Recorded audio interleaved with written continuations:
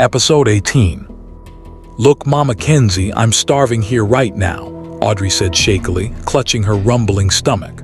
"My intestines tearing me apart." Mackenzie arched a brow.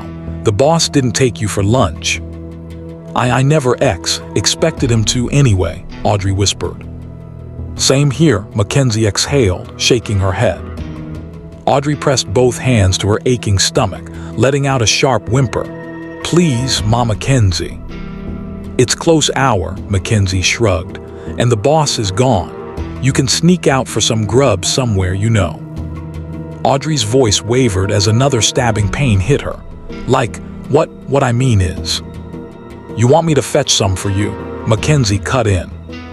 Twisting in discomfort, Audrey let out a strained sigh. "Exactly, and the bill is on you." "What the hell?" Mackenzie exclaimed, eyes wide. I'm sorry, B, but I don't have a single penny," Audrey stammered, tears flickering at the corners of her eyes.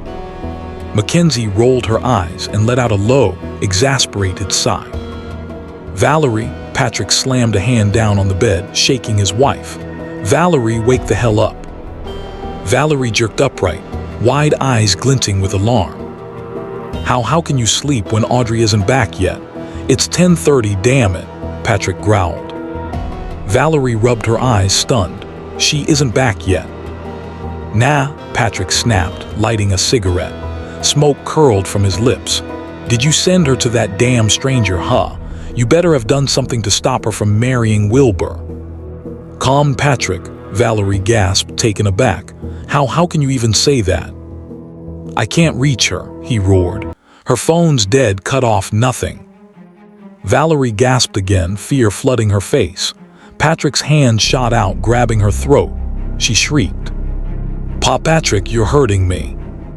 "Shut the hell up," he spat, smoke wafting in her nostrils. "Fucking look at me," Patrick barked, forcing her jaw to turn toward him with his fingers. Patrick, stop. "You're hurting me," she cried as he struck her face. "Patrick, stop, Patrick." Meanwhile, the tension in Wilbur's mansion was equally lethal. "That guy, he killed Federico," Maximiliano said flatly, swirling amber liquid in his rock glass. Wilbur exhaled smoke slowly, studying him. "And I still don't know who the hell he is," Maximiliano continued. Wilbur's gaze darkened. "Leslie Russell. That man, I've been dodging him since that violent mess we had a while back. Bad as fuck.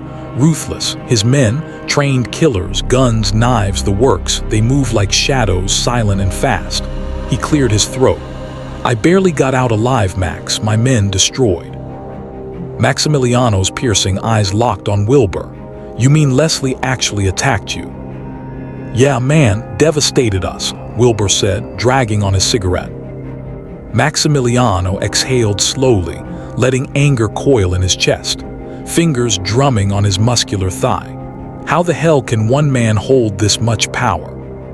Someone had to bring Leslie down.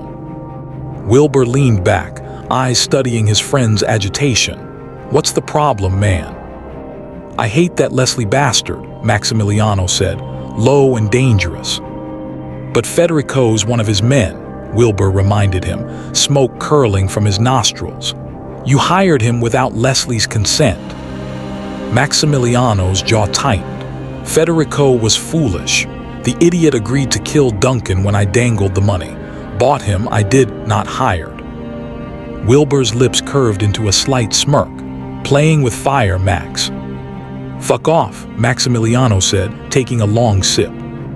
"We've tried before to bring Leslie down. My men got killed. I barely survived," Wilbur said. "You weren't fully equipped then," Maximiliano said. A chuckle escaped Wilbur. "Not just me and my crew, Max. Whole waves of gangsters tried and failed." "Damn, that bastard killed nearly all my men at my own building." Maximiliano's voice cracked with fury. "My building, Wilbur. His gang just walked in like they owned the place. Who the hell does that?" Wilbur hesitated. "So, what's the plan now?" Maximiliano's gaze hardened, staring off into the distance. "I'll do what I'm known for." "Look, you gotta calm down, Max," Wilbur said carefully. Maximiliano snapped, breath rough. Damn you, he slaughtered my goddamn men. Max, I get it, but Leslie isn't a pawn. And remember, you hired his man to kill his own crew member. That was always gonna piss him off, Wilbur said, deliberate. Anger pulsed in Maximiliano, reddening his face. There was no other way to reach Duncan. Only someone inside could get close enough, he muttered, quiet and deadly. Wilbur nodded slowly, taking a sip of his drink. Fair, but watch your back, Leslie won't forget this. Maximiliano's gaze turned ice cold. Nah, he better watch his.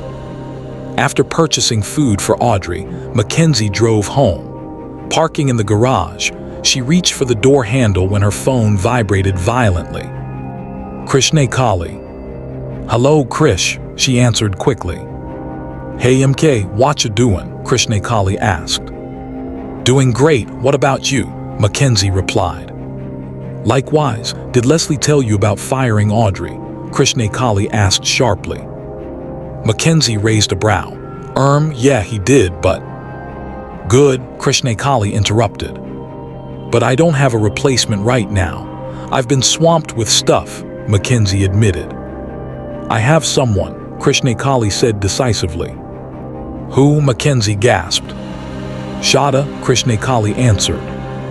What? Mackenzie exclaimed. Whatever, Krishnakali said, blunt and final. Sir, is there anything else I can help you with?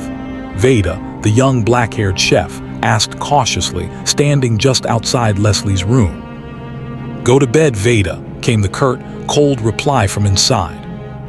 All right, sir, she stammered, voice trembling. What would you like for breakfast? No answer.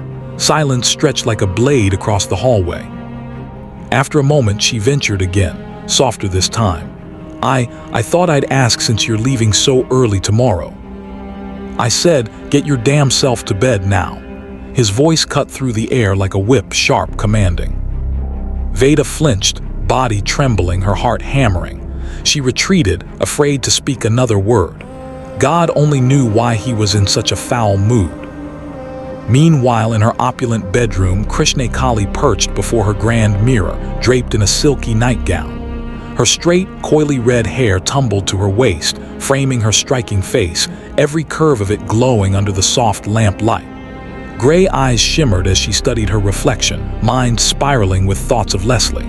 That man, untouchable, ruthless, magnetic, was hers. Or at least she told herself he was. She exploited the accident, the memory loss, and claimed the role of his girlfriend. The doctor and a few of Leslie's inner circle believed her, seduced by her confidence and cunning. Leslie's silence, while unconscious, made it effortless. Now, all she could hope was that before his memory returned, he'd somehow love her. But Leslie Russel didn't do love. He didn't do attachments. He was cold, precise, and terrifyingly ruthless with women. Every attempt Krishnakali had made to capture his attention had failed. Every strategy, every charm offensive, every maneuver flopped. The elite of California vied for him, yet he barely glanced their way. And now he was drawn to Audrey, that fragile, insignificant girl. Jealousy flared, hot and sharp. Audrey had nothing, no elegance, no luxury, yet Leslie cared. Shit, she wouldn't let that happen. She wanted Leslie. She needed him, and she'd go to any length to make him hers. Midnight struck. She didn't hesitate. Fingers trembling with excitement, she snatched her phone and dialed. The line rang, tension rising with each passing second until finally, click. Hello, Leslie. Her voice quivered like a fragile thread. Krishnakali, he said, each syllable ice cold. Her stomach nodded. Sorry for calling so late, but may I discuss something with you? A long pause, then his rasping voice, I'm listening. May I come over? She asked, almost breathless. What is it you want to discuss? He barked, razor-sharp, slicing through her courage. I'd like to explain in person, she began, hesitating. Krishnakali, it's 12:10, his voice cracked like a whip. Why do you need to come here? She rolled her eyes, a soft sigh of frustration escaping her. Please, Leslie P., please. Her eyes shimmered with desperate longing. Silence, and then finally, come over. A triumphant thrill nearly tore her voice free in a shout. She pressed her fingers into her hair, calming herself and prepared to leave. But he hung up before she could speak again. Damn him. Still, victory pulsed in her veins. She bounced toward her wardrobe, heart racing like a drum. Meanwhile, Audrey fought a mountain of documents at the office. Hunger and exhaustion gnawed at her. Her eyes fluttered, fingers trembling over the keyboard. Leslie's early meeting loomed, demanding a start so impossible, so punishing, that failure wasn't an option. If the documents weren't on his desk before he arrived, she shivered at the thought. God bless Mackenzie. Without her, Audrey might have starved tonight, face pressed to cold papers, lost in despair. Her eyelids drooped, fingers tapping in a mechanical rhythm, but her thoughts betrayed her. One figure haunted her mind, Leslie. The man, the danger, the obsession. She couldn't think, couldn't breathe, couldn't focus. Elsewhere, Maximiliano returned from surveying the carnage Leslie had wrought. His mansion loomed in the night. He leaned on the balcony, martini in hand, the breeze tangling his hair. Muscles taut, brows furrowed, a storm of anger building inside him. Damn it, Leslie had even killed a leaner. He would pay. Whoever played a part in this, Maximiliano's wrath would descend upon them. Ruthless, unforgiving, absolute. The magnificent expanse of Leslie's mansion gleamed under vibrant illumination. Every corner heavily guarded by towering men in black suits, each sporting a red scarf tied across their foreheads. The colossal door was carved with twin skulls, symbols of the feared Mafia boss. After the fourth press of the doorbell, the immense door swung open. Hey, Krishnakali greeted the towering man in the suit. He raised a brow, silent, questioning. I'm Krishnakali, and I'm here to see Leslie. You mean Lord Leslie? His voice was icy, more a correction than a question. Yeah, Lord Leslie, she said humbly. What you want? His glare cut like a knife. I called him before coming, please. You can confirm with him, she stammered. The man's gaze lingered on her, sharp and assessing, before he slammed the door shut in her face. What? Krishnakali's brow arched in astonishment. Was she so unimportant? Nobody dared this with the woman Leslie would love. Yet she found herself oddly impressed by his commanding nature. Power radiated from him like a palpable force. After an eternity, the door opened again, but this time it was a young lady in an apron, domestic staff. She smiled faintly. Good morning, ma'am. Do come in. Is it morning already? Krishnakali smiled back, stepping into the living room. It's 12:45, ma'am, the woman replied. Krishnakali's gaze was drawn to the mansion's awe-inspiring interior. Skulls adorned the walls alongside imposing portraits of Leslie. Extravagant furniture, Mafia relics, statues of authority, everything screamed power, masculinity, and control. She blinked, trying to steady herself, finally turning to the woman. He's in his room, ma'am, the staff said. Come with me. She led the way, up the golden stairs to a sleek elevator. Do we have to? Krishnakali asked curiously. Yes, ma'am, elevator, the woman said. Before entering, the woman whispered, Look, I know who you are, but you must be careful with him. Since he returned from the hospital, he's been more rash, more brutal than ever. Okay, Krishnakali murmured, nodding. The elevator door slid open, revealing a pristine, glassy hallway leading to a heavy door. Don't knock, just get in. He knows you're here, the staff advised. Krishnakali smiled nervously. What's your name? Veda Roosevelt, she replied. Oh, thanks, Veda, Krishnakali said, offering a small wink. Would you like a glass of coffee? Veda asked. At 12, Krishnakali laughed softly. No, please. Veda shrugged and departed. Alone, Krishnakali felt her heart flutter. She'd never realized how deeply she feared and craved the presence of Leslie. Slowly, she grasped the doorknob and stepped inside. The room hit her with a tangible intensity. Leslie's bedroom was vast, like a mini living room with plush sofas, a sleek TV, wardrobe, and his enormous bed. Masculine, opulent, intimidating. He lay on the bed in a headset and shorts, pillows clustered around him, scrolling through his phone. His knee was raised, posture casual, yet radiating dominance. "Good morning, Leslie," she whispered, mesmerized. He barely glanced at her, his fierce green eyes assessing, unimpressed. She froze, heart hammering. Finally, he removed the headset, sat up, and pushed the pillows aside. Krishnakali's gray eyes widened at his sculpted chest, packed muscles, and intricate dragon tattoos, a paragon of masculine power. "Sit," his command was curt, and she obeyed immediately. The room was thick with tension. He studied her, every motion controlled, every word precise. Good morning, Leslie," she stammered, voice quivering. "Whatever shit you want to tell me, I'm all ears," he said, his tone razor sharp. Krishnakali hesitated, fumbling with her fingers. She came to speak about Shada, about Audrey, but the weight of his gaze pinned her. "Speak," his voice thundered, sending chills down her spine. I came to seek your consent," she said, swallowing hard. She paused, waiting, but he said nothing. Green eyes locked on hers. I wanna recommend someone like a friend to replace Audrey," she stuttered. His brows furrowed, intrigued yet unreadable. "Well, it's because you said you were gonna replace her," she continued, shrugging. So I thought of someone else. Smarter, more reasonable." "Is that what you came down here to tell me?" His voice cracked like steel. Yes," she whispered, heart racing. He looked away, contemplative. She tried to gauge his thoughts, but he remained inscrutable. Finally, he spoke. "I'm not firing Audrey. She's still my employee. She's just gonna pay for being clumsy, ruining my mug." Krishnakali hesitated.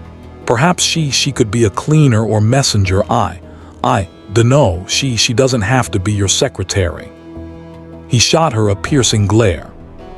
"Yet I must keep an eye on her," he said abruptly. Krishnakali's eyes widened. Why, she thought, why did he want to watch Audrey so closely? So, what position would she occupy when? "When the new secretary resumes," she asked cautiously. "That's not your problem, Krishnakali," he said flatly. She exhaled, a quiet sigh of frustration. Leslie, I'm so pleased that you're feeling much better now," she ventured. But do you remember anything?" His brows furrowed. "Anything like what?" "Like things before your accident. People, anybody." She stared at him expectantly. "Are you supposed to ask me that goddamn question, huh?" he snapped. I'm sorry." "Shut the hell up," he yelled, eyes glittering with fury. She flinched, lowering her gaze to her fingers. "Now get your freaking self out of here," his voice roared. "Get lost out." She began moving toward the door, but he snatched his phone from the bed to check the time. 1:30 a.m. "Get your fucking hands off that door and come here this instant," he barked. Trembling, she obeyed. "Take that gown off. I'm gonna punish you for being a brat." His voice was harsh, unyielding. Blinking, a mix of fear and anticipation, she removed the gown, revealing her slender, curvy body, bare-chested. Leslie's eyes traveled over her, fierce and unrelenting. "You planned this, didn't you?" he demanded. Before she could speak, he yanked her to the bed, pinning her shoulder with his elbow. Pain shot through her, but he didn't care. "You planned this, and I'm gonna make you regret it," he growled, fingers clutching her jaw. "From the first day I set eyes on you in the hospital," he continued, voice low and vicious.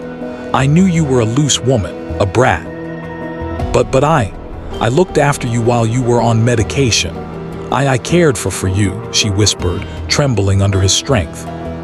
"I don't freaking care." His growl rattled her bones. "How did you find me, Krishnakali?" I witnessed the accident and rushed you to the hospital," she lied. "The girl my doctor calls my fucking sister told me you said you're my girlfriend," he snapped. Krishnakali was speechless. She didn't want to continue. Did you tell her, huh? Answer me, brat, he yelled, gesturing violently. I did. They didn't know me, so I had to say it, she quivered. His glare intensified. He searched her eyes, furious, trying to recall if they'd had affairs before the accident. Nothing. Blank. Be honest, I can't remember an affair with you. Who the hell are you? Honestly, Leslie. We never met until the accident. Please, Leslie, you're hurting me. Shut up, his yell shook her. I swear if you lie, I'll kill ya. Were you responsible for the accident? Did you make me lose my goddamn memory? No, never, she sobbed, drenched in sweat. Leslie, I promise it wasn't me. So how the heck did you meet me, huh? How? He grasped her shoulders, shaking her violently. Answer me, he thundered. Krishnakali gasped for air, every nerve screaming as he shook her with brutal force. Then, without warning, he pulled a small gun from his shorts pocket, pointing it squarely at her. Her eyes widened, lips trembling. Leslie, please. Answer my goddamn question. His green eyes were ice. I'd known you for years before the accident, she whispered. Which is why I cared, even though we never spoke. Where the hell did you know me? He roared. I never met you personally, but you're famous. I've seen you at meetings and in other places, Lord Leslie, she cried. Why the hell did you fucking lie about being my girl, huh? Why? Answer me.